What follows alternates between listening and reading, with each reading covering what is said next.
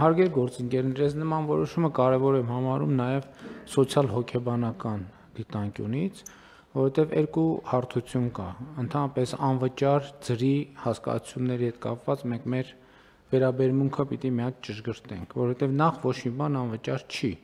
բացարձակապես ոչ մի բան անվճար չի, կամ այն ինչ որ անվճար է, այն նշանակում ինքը արժեք չունի։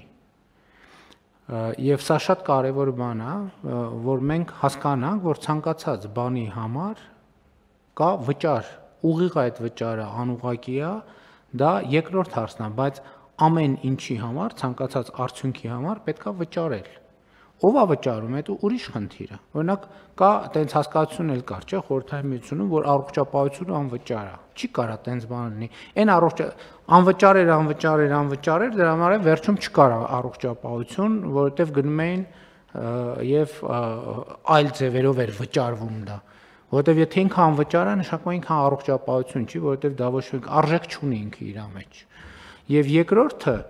այդ ընկալումը, որ դե պետական գույք է, էլի։ Պետական գույքի նկատմամբ վերաբերմունք կա, այդ մենք միջև մենք նախորդ անգամ ես առիթ ունեցա խոսելու, թե մենք համայնքային եւ պետական գույքերի նկատմամբ ընդհանրապես մեր մոտ բան կա, տենց պետական գույք նշանակում է դե պետական գույք է, էլի տվեք տենանք ինչ ենք անում եւ այսօր էլ օրինակ կան բաներ, որ մենք ունենք ներդրումային ծրագիր, խնդրում ենք օգնել, ինչով օգնել, դե պետական գույքով, մի հատ ասենք շենք տվեք 25 հարգանի, այնտեղ մենք ուզում ենք բան անենք, ներդրում անենք եւ ընկալումներն է, որ դե պետական գույք է, էլի մեկը ոչ մեկինը չի անտեր, ոչ մի բանի պետք չի եւ ցանկացած պետական գույք պետքա գնանշվի, որ մարդիկ հասկանան, որ դա արժեք ունի, որ ամեն ինչը ունի իր ծախսը, իր գինը, իր եւ կառավարման մեթոդի առումով մենք էլ պետք է հասկանանք, որը ինչ արժի եւ այո, շատ դեպքերում կարող է պարզվի, որ մենք ինչ որ ծառայություն կամ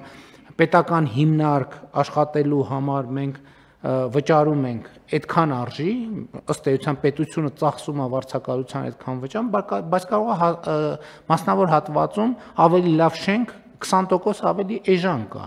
Եվ ինչու շուկան չակտիվացնել եւ բան չանել, հնարավորություն չտալ, որ մրցակցություն տեղի ունենա, մանավանդ մենք այդ պրակտիկան ունեցել ենք, միջև այսօր էլ ունենք։ Շատ պետական կազմակերպություններ կան, որոնք մասնավոր հատվածից են վարձակալում, եւ մենք չգիտենք հիմա լավ է, որ այդ գնով իրանք վարձակալում են, թե չէ։ Որովհետեւ մենք ասենք օրինակ կան, չէ, ձեռնարկություններ, որ մասնավորում իրանք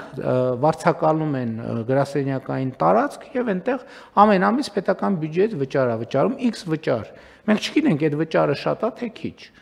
որովհետեւ կարող է պարզվի, որ պետական շենքում կա հնարավորություն ավելի պակաս կամ ավելի շատ գնանշումով այդ ծառայությունը իրականացնել, բայց դրա փոխարեն իրականացվում է այլ կերպ։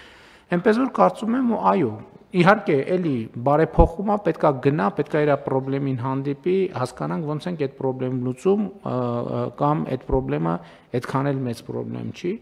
բայց այս շատ կարևոր է նաև պետության եւ պետականության ընկալման տեսակետից, որ հասկանանք ամեն ինչը արժեք ունի, այն որ մենք այս աթոռների վրա նստած ենք, դա կոնկրետ արժեք ունի, գին ունի, կոնկրետ մի ժամ այս աթոռի վրա նստելը կոնկրետ գին ունի եւ այդ գինը վճարվում է։ Եթե չվճարվի, X պահի աթոռը կկոտրվի, էլ չենք կարող նստենք, հասկանու՞մ։